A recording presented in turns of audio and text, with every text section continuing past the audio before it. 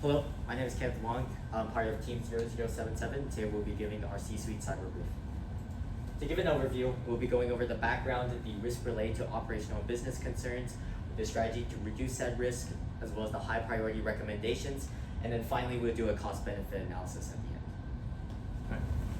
Hello, I'm Chirag. As you know, we are here to investigate the ongoing compromise on the Abyssal Pearl platform.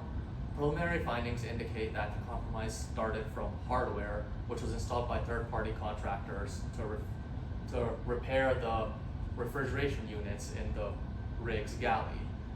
But 8 days after the hardware was installed, a full communications blackout occurred, which then escalated to valves and pumps being compromised, ultimately resulting in a gas leak and a rig shut down for safety. Hello, my name is Cooper, and I'm here to talk about Obsidian Rift's 3 core risks. Namely, first, a decrease in production. Blackouts are directly impacting our supply and revenue, and we are failing to meet our distribution commitments in the Western United States.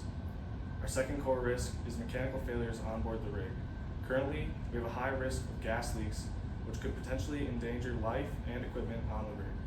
And our third big risk is reputational and compliance risks associated with the gas leaks, which are causing environmental damages and big fines to the company, as well as reputation loss among the public.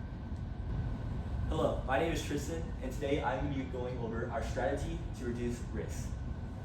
Starting off, our first priority is going to be to strengthen operational resilience. Given our previous risk of decreased oil production, we plan to establish emergency operation procedures so that our employees can be able to safely and effectively operate even under degraded conditions. Secondly, our next priority is going to be to modernize critical infrastructure.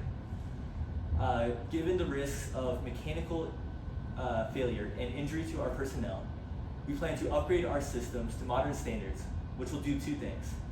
First, it will restrict future access for threat actors within our systems. And secondly, it will allow us to implement automatic safety checks so that even under compromised conditions, we will be able to protect our core systems. Thirdly, we need to secure the supply chain. My colleagues and I were informed that this incident occurred shortly after we contracted a third-party repair team. By implementing proper background checks and reliability assessments, we will be able to protect our reputation and prevent future instances such as these from occurring. Hi, I'm Emil, and I'm here to talk about some recommendations to improve our business's security posture. First, I recommend that we implement centralized logging, intrusion detection, and intrusion prevention software. In the future, this software can prevent attacks like this, or help us respond more quickly by giving us more visibility in our networks. Second, I recommend that we retask one of our security team members to specialize in operational technology security. They would focus on the modernization and security of our operational technology infrastructure, like Tristan recommended. Third, I recommend that we increase the frequency and scope of our backups and perform quarterly restore drills. We need to engage both the people doing the backups, like our IT team, and the people using our control systems, like our operations team. This will help us to restore operations more quickly and avoid any safety impacts during future breaches.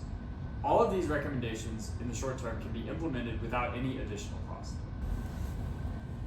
Hello, I'm Charles. I'm going to be going over the cost-benefit analysis summary. So as you know, we've been having blackouts due to our operational control systems being compromised, which is impacting our production. We also know because of our compromised systems that there's a malicious actor that's threatening our equipment and the lives aboard the Abyssal Pearl. And if we don't take action against this, it could lead to catastrophic failure, risking our equipment and the lives aboard the Abyssal Pearl. Even the Abyssal Pearl itself is at risk, as well as possibly facing large regulatory fines and lawsuits if we don't take action. Moving forward, we can take the recommendations that Emil recommended previously, and by using those new implementations, we can use those to prevent any further incidences like this ever happening